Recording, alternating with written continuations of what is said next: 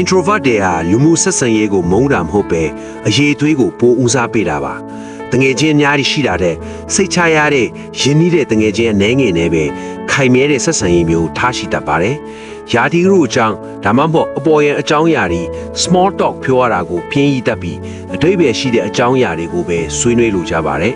introvert တွေဟာတယောက်တည်းအချိန်ဖြုံးရတာကိုမကြောက်တဲ့အတွက်ကိုယ်ပိုင်စဉ်းစားဉာဏ်ပုံမှုရင့်တန်တတ်ပါတယ်တယောက်တည်းတိတ်တိတ်ဆိတ်ဆိတ်စဉ်းစားရတဲ့အချိန်မှာအလန်းစား idea တွေနဲ့တီထွင်ဖန်တီးမှုတွေခပ်ပေါ်လာလိမ့်ရှိပါတယ်သူတစ်ပါးရဲ့လွမ်းမိုးမှုမပါပဲ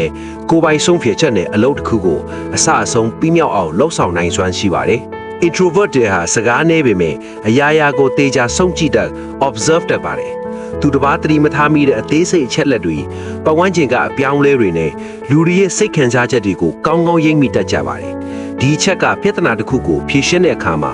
တခြားသူတွေထက်ပိုမိုပြည့်စုံတဲ့အမြင်ကိုရရှိစေပါတယ်သူတို့ဟာစကားပြောခင်မှာတေချာစဉ်းစားလိရှိသလိုပတ်ဝန်းကျင်ကိုလည်းသတိထားစောင့်ကြည့်တတ်ကြပါတယ်အပြင်ဘက်မှာငြိမ်နေပေမဲ့သူတို့ခေါင်းထဲမှာအတွေးပေါင်းစုံစိတ်ကူးပေါင်းစုံပတ်ချလဲနေတတ်ပါတယ်သူတို့ဟာစကားပြောရတာထက်သူတစ်ပါးပြောတာကိုတေချာနားထောင်ပေးတတ်တဲ့ good listener တွေဖြစ်ကြပါတယ်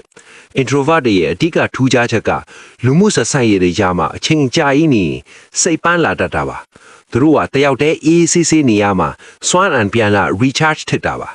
လူစုလူဝေးပွဲလန်းတပင်ဒါမှမဟုတ်လူအများကြီးရှိတဲ့နေရာတွေတွားပြီးရင်အိမ်ပြန်ရောက်တဲ့အခါ social battery ကုန်သွားသလိုခံစားရတတ်ပါတယ် introvert တယောက်ထိရတာဟာတာမန်လူတွေမြင်တယ်လို့အားနည်းချက်ဟုတ်မနေပဲတာမန်လူတွေထက် level တစ်ခုမှပိုရောက်နိုင်ပြီဖြစ်တဲ့စွမ်းအား super powers တွေအများကြီးပိုင်ဆိုင်ထားတာမျိုးဖြစ်ပါတယ် introvert တွေဟာတိတ်တိတ်ဆိတ်ဆိတ်မင်းနေတဲ့ကမာထဲမှာအတန်အကျယ်ဆုံးစွမ်းဆောင်နိုင်သူတွေလို့တောင်တချို့ကတင်စားကြပါတယ်